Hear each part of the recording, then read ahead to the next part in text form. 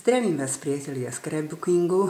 Alena sa chce s vami podeliť o jednu trošku inú pohľadničku. Vlastne je to prianie do nového roku. Je tvaru trojuholníka.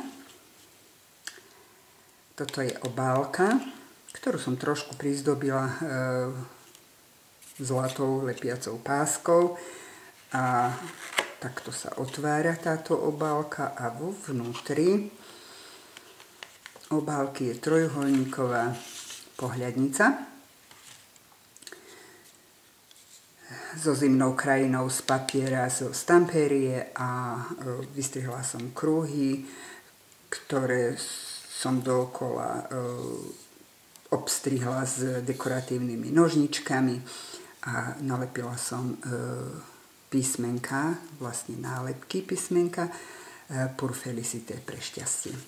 Vo vnútri táto pohľadnička je trošku prizdobená pečiatkami a je možné tam niečo napísať. Takže pre šťastie do nového roku vám všetkým prajem všetko veľa hojností, všetkého, čo si každý z vás želá. Ďakujem za vašu návštevu a teším sa, že sa uvidíme pri ďalšom videu. Dovidenia.